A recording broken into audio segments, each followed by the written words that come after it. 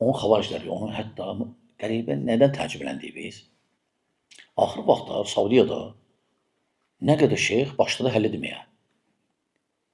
Kim yəni şirk, küfür eləsə, o müşrikdir ya kafir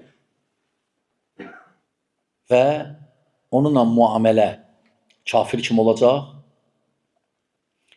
Qiyamət günü Allahın istəyi altındadır. İstəyər bağışlayar, istəyər. Qəribə rəydir. Qəribə rəydir. Xavariclər belə deyir. Xavariclər. Lakin bəzi sələf şeyxləri belə deyib.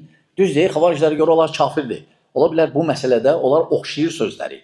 Qardaşlar, əgər biz bu rəylə razılaşsaq, onda mömin az olacaq. Mömin az olacaq. Ona görə qəribə rəydir. Fərdi insandan çıxanda müsəlmandan böyük şirk, böyük küfür çıxanda onu dərhal təkfir eləmirsən. Amma biz bu əhl-i sünnə etiqadıdır. Xaricilər nə edirlər? Kimdən şirk çıxdısa, ağına qarasına baxmadan kafir, müşrikdir. Biz də belə deyək, bu xaricilərdir. Fəzilətli şeyx, Allah sizi müvəffəq etsin. Deyir, Peyğəmbərlik mənhəci üzərində gedən əhl-i sünnəyə müxaliflərin yapışdırdığı nifrət oyadan ləqəblər və onları doğru yoldan uzaqlaşdırmaq cəhdləri barəsində nə nəsihət edirsiniz?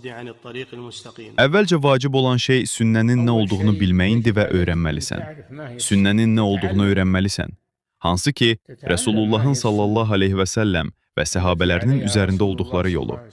Sonra isə ona möhkəm sarılmalısan. İnsanların nə dediyi sənə əhəmiyyət verməsin. Onlar səni məd etməyəcəklər. Nisbət edərək deyəcəklər. Bu aşırıdır. Bu radikaldır. Bunda təkfirçilik var. Bu təkfirçidir və s. Ona səbr et. Nə qədər ki sən haqq üzərində olduğuna inanırsan, başqalarının sənə yönətdiyi sözlərə və səni müxtəlif adlarla gözdən salmağa çalışmalarına əhəmiyyət vermə. Sən Allahın mükafatını və Allahın razılığını istəyirsən.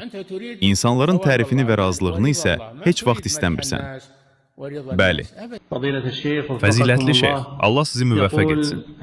Bir sual verən deyir, qəbirlərə ibadət edən və qəbirpərəstlərdən olan hər bir kimsə müəyyən olaraq kafir sayılırmı?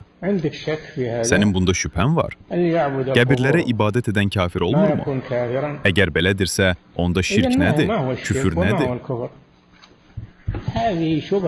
Bu indiki vaxtda murciyələrin yaydığı bir şübhədir. Bu şübhəni murciyələr yayıblar. Qoy sizi əsla aldatmasınlar. Bəli. Başqa bir sual verən deyir. Qəbrə ibadət edənin cəhalətə görə üzürlü olduğunu deyən kimsə mütləq şəkildə murciyə sayılırmı?